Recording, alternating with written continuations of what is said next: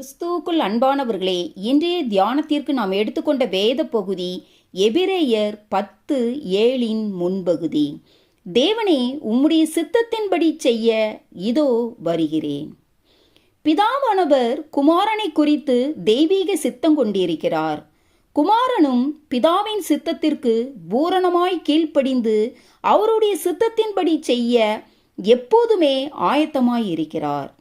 நாம் எந்த அளவுக்கு நம்மை தேவனுக்கு அர்ப்பணிக்கிறோமோ அந்த அளவிற்கு அவரிடத்திலிருந்து வழி நடத்துதலை பெற்றுக்கொள்வோம். ஆகையால் நாம் தேவனுடைய பரிபூர்ண சித்தத்தை செய்ய வாஞ்சித்து அதற்கென்று நம்மை அர்ப்பணிப்போமானால் தேவன் தம்முடைய பரிபூர்ண சித்தத்தை நமக்கு வெளிப்படுத்துவார்.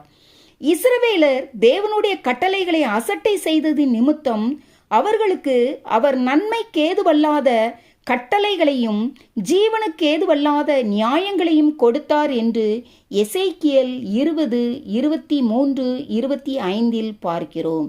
எனவே தேவன் தம்முடைய ஆலோசனையை நமக்கு வெளிப்படுத்த வேண்டுமானால் அவருடைய பூரணமான தேவ சித்தத்தை செய்யும்படியாக நம்மை நாமே அவருக்கு அர்ப்பணித்தலும் அதற்கான வாஞ்சையும் நமக்கு இருக்க வேண்டும்.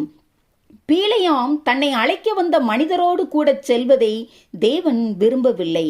ஆனாலும் அவர் அவனிடம், நீ அவர்களோடே கூட போ என்று கூறினார். ஏனென்றால் அவன் சென்றபோது தேவன் கோபம் கொண்டவராய் அவனை கொல்லும்படி தூதனானவர் பட்டயத்தோடே வழியிலே நின்று கொண்டிருந்தார் என்று என்னாகமம் 22:20-21 பார்க்கிறோம்.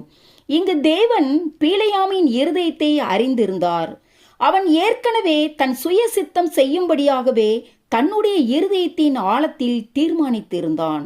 ஒருவேளை நாமும் கூட பீலையாமை போல தேவ சித்தம் செய்ய விருப்பமில்லாமலும் அதே சமயம் அவருடைய சித்தத்தை அறிந்து கொள்ள ஜெபிக்கிறவர்களாகவும் இருக்கக்கூடும்.